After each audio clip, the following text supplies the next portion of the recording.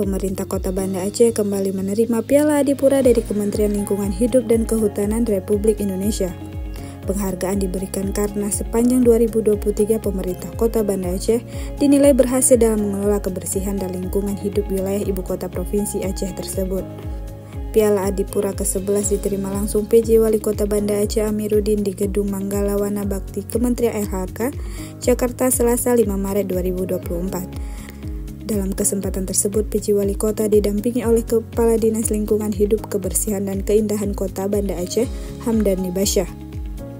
Ketua DPRK Banda Aceh, Faridnya Umar menyampaikan apresiasi kepada pemerintah kota dan jajaran DLHK 3 yang telah bekerja keras sehingga Banda Aceh kembali memperoleh Piala Adipura dari Kementerian Lingkungan Hidup dan Kehutanan Republik Indonesia.